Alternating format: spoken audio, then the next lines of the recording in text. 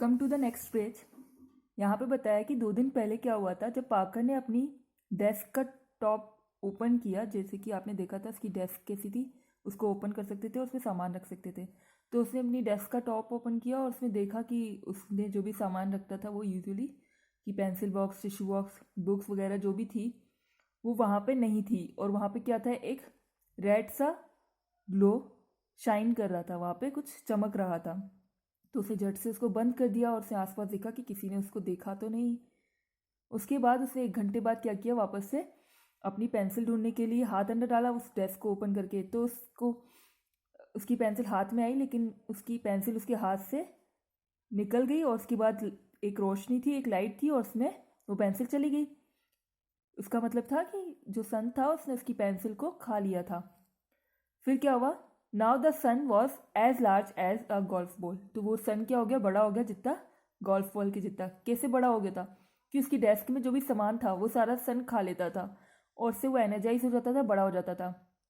तो फिर पार्कर ने क्या किया, पार्कर ने ये मार्बल्स और जैसे आपने लास्ट पेज पे पढ़ा था ट्विग्स, ग्रेवल, उसको खिलाना स्टार्ट किए थे। ये 2 दिन पहले की बात है। उसको पता चला कि इसकी डेस्क में सन था। तो फिर आपने पढ़ा था लास्ट पेज पे कि वो क्या क्या खिलाता था उसको। ऐसे करके वो खिला रहा था, उसको फीड कर रहा था।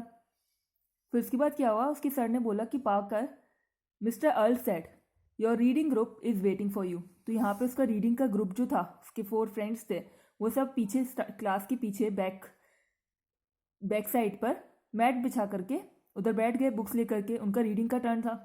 तो सर ने बोला कि पार्कर तुम भी अपनी बुक लेकर जाओ और वहाँ पे उनके साथ जाके बैठ जाओ।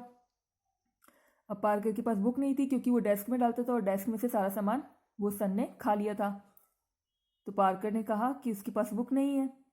सर ने बोला you need to be responsible young man, go get your book. Sir ने बोला अपनी बुक लेकर के आओ।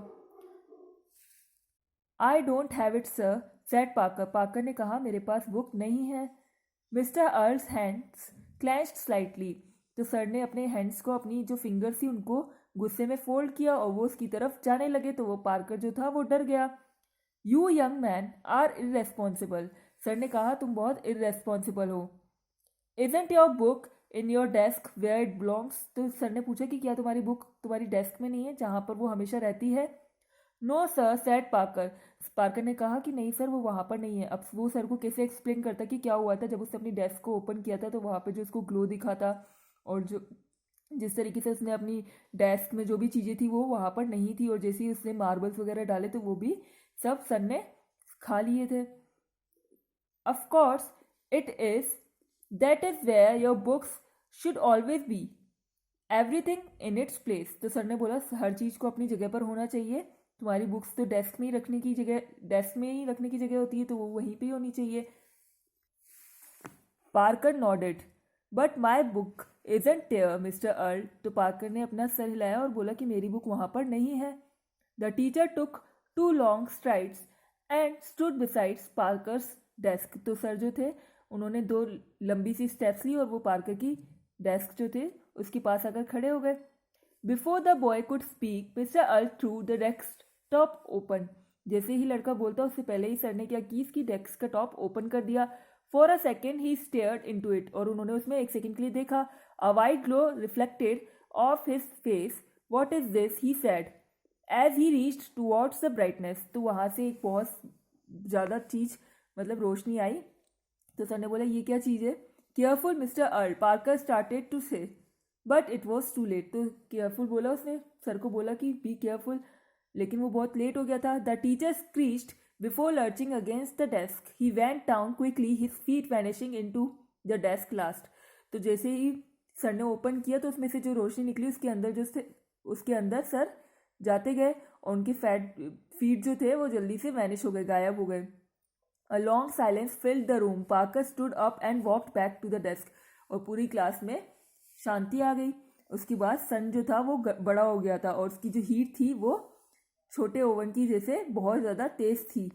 ही क्लोज द टॉप, उसने टॉप को बंद किया। डेस्क के अंदर सर जा चुके थे तो उसके बाद उसने क्या किया, टॉप को बंद किया। The other student hadn't moved, और सारे स्टूडेंट अपनी जगह पे ही थे, वो हिले नहीं थे। दे लुक्ड एट हिम, सब लोग पार्कर की तरफ देख रहे थे। Over the intercom a bell softly chimed. तो इंटरकॉम एक इंस्ट्रूमेंट होता है, एक मशीन होती है जिस पे बेल बजती है। तो वहाँ पे बजी और उसके बाद लंच हो गया। Recess set Parker and they all ran outside to play, और सभी बच्चे बाहर खेलने के लिए चले गए।